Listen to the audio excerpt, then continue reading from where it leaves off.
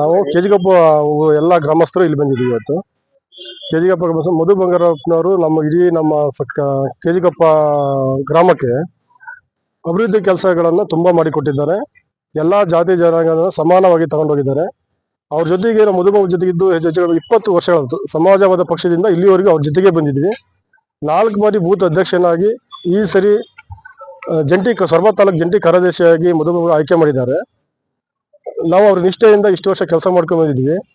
ಅವರಿಗೆ ನಮ್ಮೂರಿನ ಎಲ್ಲಾ ಸಮಸ್ಯೆಗಳನ್ನು ಇಲ್ಲಿವರೆಗೂ ಪ್ರತಿಯೊಂದನ್ನು ಬಗೆಹರಿಸಿಕೊಳ್ತಾ ಬಂದಿದ್ದಾರೆ. ಮುಂದೂ ಸಹ ಕೆಜಿಗಪ್ಪದ ಎಲ್ಲಾ ಸಮಸ್ಯೆಗಳನ್ನು ಬಗೆಹರಿಸಿಕೊಡ್ಬೇಕು ಅಂತ ವಿನಂತಿ ಮಾಡ್ಕೊಳ್ತೀನಿ.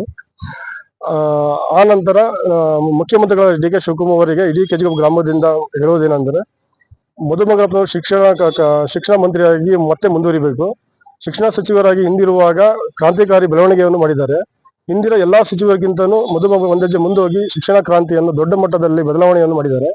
ನೀನು ಶಿಕ್ಷಣ ಕ್ಷೇತ್ರದಲ್ಲಿ ಮುಂದೆ ಮತ್ತೆ ದೊಡ್ಡ ಮಟ್ಟದಲ್ಲಿ ಬದಲಾವಣೆ ಆಗಬೇಕಂದ್ರೆ ಮಧು ಬಂಗಾರಪ್ಪಗೆ ಮುಂದೆ ಅವಕಾಶ ಕೊಟ್ಟು ಶಿಕ್ಷಣ ಮಂತ್ರಿಯಾಗಿ ಅವಕಾಶ ಮಾಡಿಕೊಟ್ಟು ಡಿ.ಕೆ. ಶಿವಕುಮಾರ್ ಅವರಿಗೆ ಇಡೀ ಗ್ರಾಮಸ್ಥರಿಂದ ಮನವಿ ಮಾಡಿಕೊಳ್ತೀವಿ.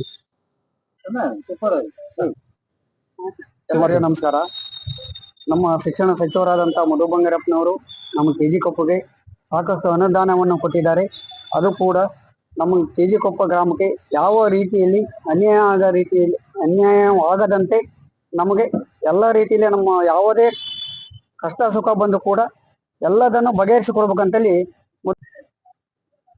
ನನ್ನ ಹೆಸರು ರಾಮಪ್ಪ ಅಂತ, ಕೆಜಿಕೊಪ್ಪ. ರಘು ಅಂತ.